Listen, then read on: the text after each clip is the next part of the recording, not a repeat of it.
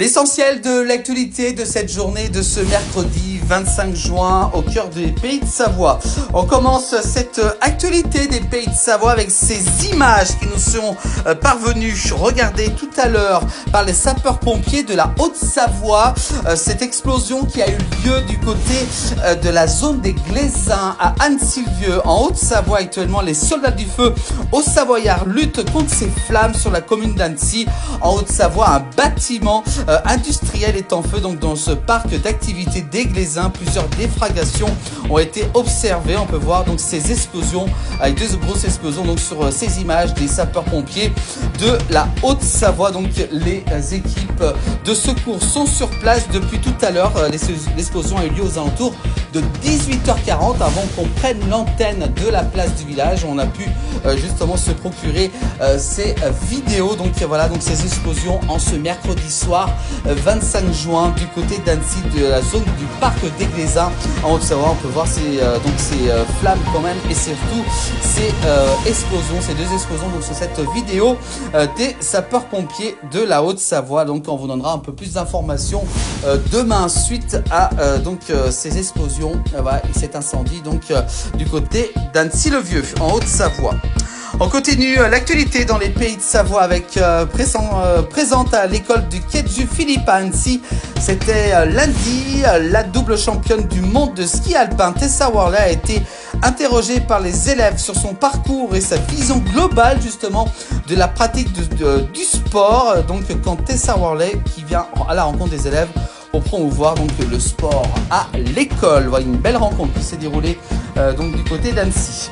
On continue l'actualité, on reste sur Annecy après l'incendie de l'école des TEP. La procureure appel à témoins a été lancé par la procureure de la République de Haute-Savoie d'Annecy. Donc Lynn Bonnet fait le point justement sur l'enquête après l'incendie qui a totalement détruit l'école des TEP à Annecy et continue donc de compter sur les témoignages des riverains. Donc on peut voir également une vidéo qui a circulé sur les réseaux qui montre le départ de feu à l'extérieur du bâtiment. Donc il appelle aux habitants de la procureure d'Annecy après cet incendie de l'école des TEP. Donc n'hésitez pas à témoigner si vous étiez justement sur place au moment de cet incendie qui a eu lieu samedi soir dernier.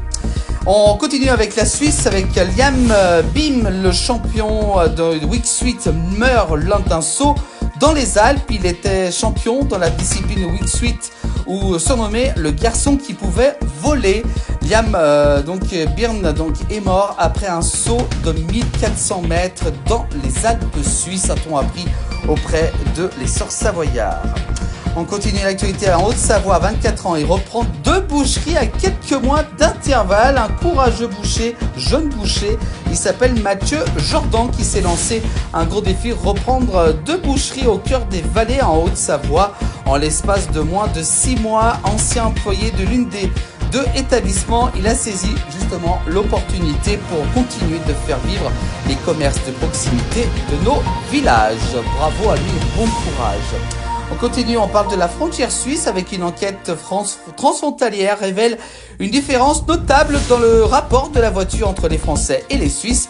Du côté de la mobilité, justement, pour le Grand Genève, 54% des frontaliers souhaitent moins prendre la voiture. On continue avec du côté de Thonon. Un spectacle aérien se prépare au-dessus du lac Léman cet été. Si vous avez la chance d'y participer, justement, l'équipe de voltige de l'armée de l'air devrait donc faire escale à Thonon-les-Bains en Haute-Savoie à la mi-août prochain. Un spectacle aérien s'organise pour l'anniversaire de la libération de la ville. Cascade et avion historique au-dessus du Léman. Vraiment un très beau spectacle à vivre à la mi-août. On en reparlera, bien entendu.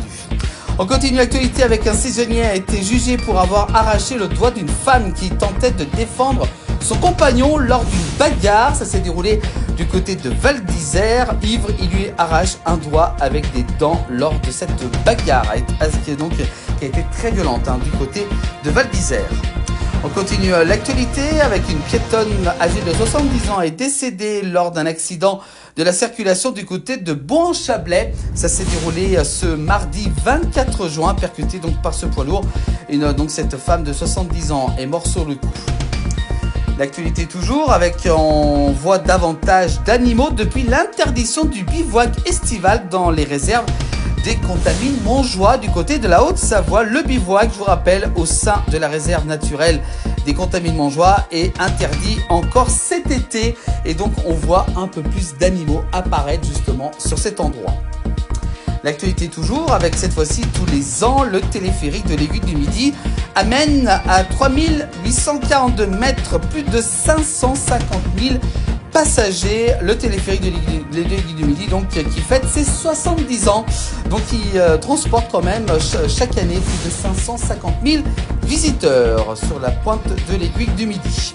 On continue avec Decathlon AG2R. Pour l'instant, il n'est pas question de délocaliser l'équipe qui reste basée en Savoie, ce qu'a annoncé justement Decathlon AG2R. Le directeur général de France de Decathlon assure donc justement auprès de nos confrères de ici Pays de Savoie ne pas envisager donc de délocaliser à moyen terme donc le siège de l'équipe dans la métropole illoise.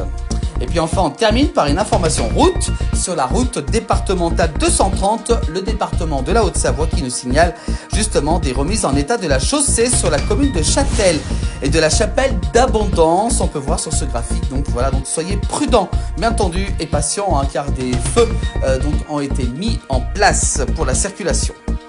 Voilà pour l'actualité de cette journée de ce mercredi 25 juin 2025. À retrouver tous les soirs dans 19h et puis également aussi en replay sur l'ensemble des plateformes de la place du village.